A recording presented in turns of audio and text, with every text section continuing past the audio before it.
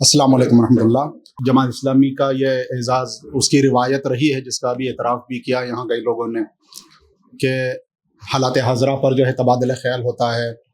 قوم اور ملت اور ملک اور عالمی امور پر جو ہے تبادلہ خیال ہوتا ہے، اتحاد کے لیے کوششیں کی جاتی ہیں،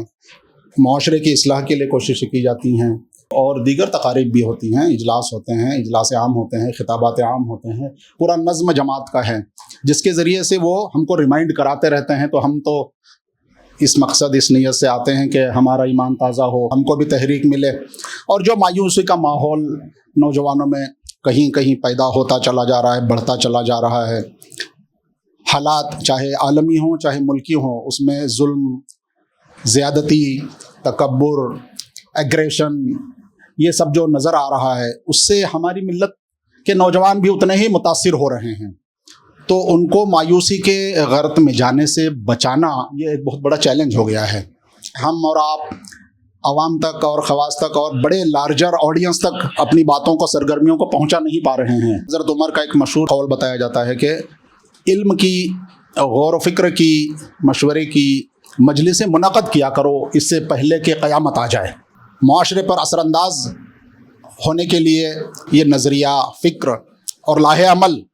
سماج کے سوچنے سمجھنے والے طبقے ہی سے ملا کرتا ہے۔ جو ملک کے اندر نوجوانوں کو بچانے، سنبھالنے اور راہ دکھانے کا کام ہے،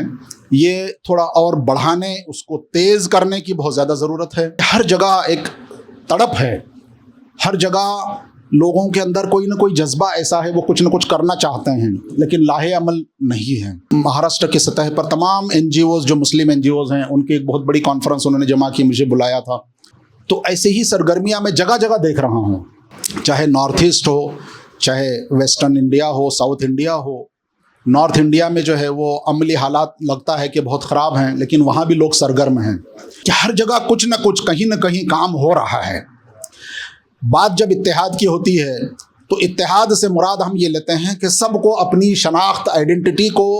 ہٹا کر کسی ایک شناخت میں ضم کر دینا چاہیے۔ یہ کوئی قابل عمل چیز نہیں لگتی۔ اتحاد کی بات کرتے ہوئے باہم رابطہ کی کوشش کریں، کوآرڈینیشن کی، کوآپریشن کی کوشش کریں۔ مشترکہ نکات کی بنیاد پہ اگر ہم آگے بڑھتے ہیں اور ہر ایک کو اس کا اپنے اپنے پلیٹ فارم پر رہتے ہوئے وہ سرگرم رہیں اور اپنی چیزوں کو وہ دوسروں تک پہنچائیں اور شیئر کریں۔ مشہور حدیث ہے، تعاونوا بالبر والتقوی ولا تعاونوا علی الاثم والعدوان، نیکی اور بھلائی کے کاموں میں ایک دوسرے کے ساتھ ہم کوآرڈینیشن، کوآپریشن کا کام کریں، باضابطہ حدیث میں کہا گیا ہے۔ تو اتحاد کا ایک عملی مظہر یہ ہونا چاہیے کہ ہم اس طرح کی سرگرمیاں جہاں جہاں ہو رہی ہیں ان سے رابطہ پیدا کریں، کوآرڈینیشن پیدا کریں، اور جس کی جو اسٹرینتھ ہے اس کو استعمال کرتے ہوئے کسی دوسری جگہ اگر اس اسٹرینتھ کو، جہاں کوئی ویک ہے وہاں پر ہم لے کر کے جائیں اور استعمال کریں۔ تو اس طریقے سے ہمارے ملت کے اندر جہاں کہیں خامیاں ہیں وہ دور ہوں گی، اور جہاں کہیں پختگی ہے، مضبوطی ہے، کسی کے پاس کیڈر ہے، کسی کے پاس نظریہ ہے، کسی کے پاس لٹریچر ہے، کسی کے پاس آرگنائزیشن ہے، کسی کے پاس رابطہ ہے، کوآرڈینیشن ہے، کسی کے پاس فنڈز ہیں، کسی کے پاس ہینڈز ہیں، تو بہتر ضرورت اس چیز کی ہے کہ ہم کوآرڈینیشن اور کوآپریشن کو لے کر کے آگے بڑھانے کی جو ہے وہ کوشش کریں۔ جو عالمی حالات ہیں اس کے پر سب نے تبادلہ خیال کیا ہے، اس پہ مجھے کیا کہنا، لیکن بہرحال یہ بات کہی جا سکتی ہے کہ اس وقت جو نیریٹو بنانے کی کوشش کی گئی تھی، اس نیریٹو کو سب سے پہلے تو اہل فلسطین نے، اہل غزہ نے پنکچر کیا سوشل میڈیا اور دیگر ذرائع سے، اور اب ایک دوسرا موقع ہے جس کے ذریعے سے اہل ایران کی، اس کے انٹلیکچوئلس کی، اب دیکھیے کہ حکومت سے براہ راست وابستہ نہیں ہے، تہران یونیورسٹی کے کوئی پروفیسر ہیں، اس کے خواتین لیکچررز ہیں، کہیں ایکٹیوسٹ ہیں، کہیں سوشل انفلوئنسرز ہیں، وہ لوگ جس متانت، سنجیدگی، تحمل، بردباری، اعتماد، کانفیڈنس اس کے ساتھ میں بات کر رہے ہیں، تو دنیا کا ہر طبقہ اس سے متاثر ہو رہا ہے۔ تو ایک نیریٹو جو ہے بہرحال ایک مثبت انداز سے بنا ہے۔ اس طرح کی چیزوں کو ہم کو سیکھنے، سمجھنے اور ہمارے یہاں بھی ان چیزوں کو آگے بڑھانے کی ضرورت ہے۔ لیکن یہ اللہ تعالیٰ کا شاید کچھ منصوبہ ہوگا کہ ہم جس طریقے کے حالات میں گھرے ہوئے تھے، اور گلف کے نیشنز جس طریقے سے وہ ابراہمک اکارڈ اور دنیا بھر کی التو پھالتو چیزوں میں الجھ گئے تھے، تو پہلے تو اہل غزہ نے اس کو پنکچر کیا تھا، اب اس کے بعد اب ایران کے اس واقعے کے ذریعے سے ان چیزوں کو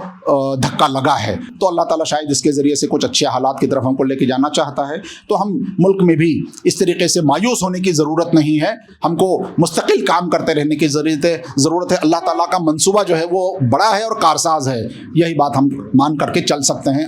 اور آپ سب نے مجھے عزت دی، اس کے لیے میں شکریہ آپ کا ادا کرتا ہوں۔ وآخر دعوانا الحمدللہ رب العالمین۔ ففروا إلى الله، ففروا إلى الله۔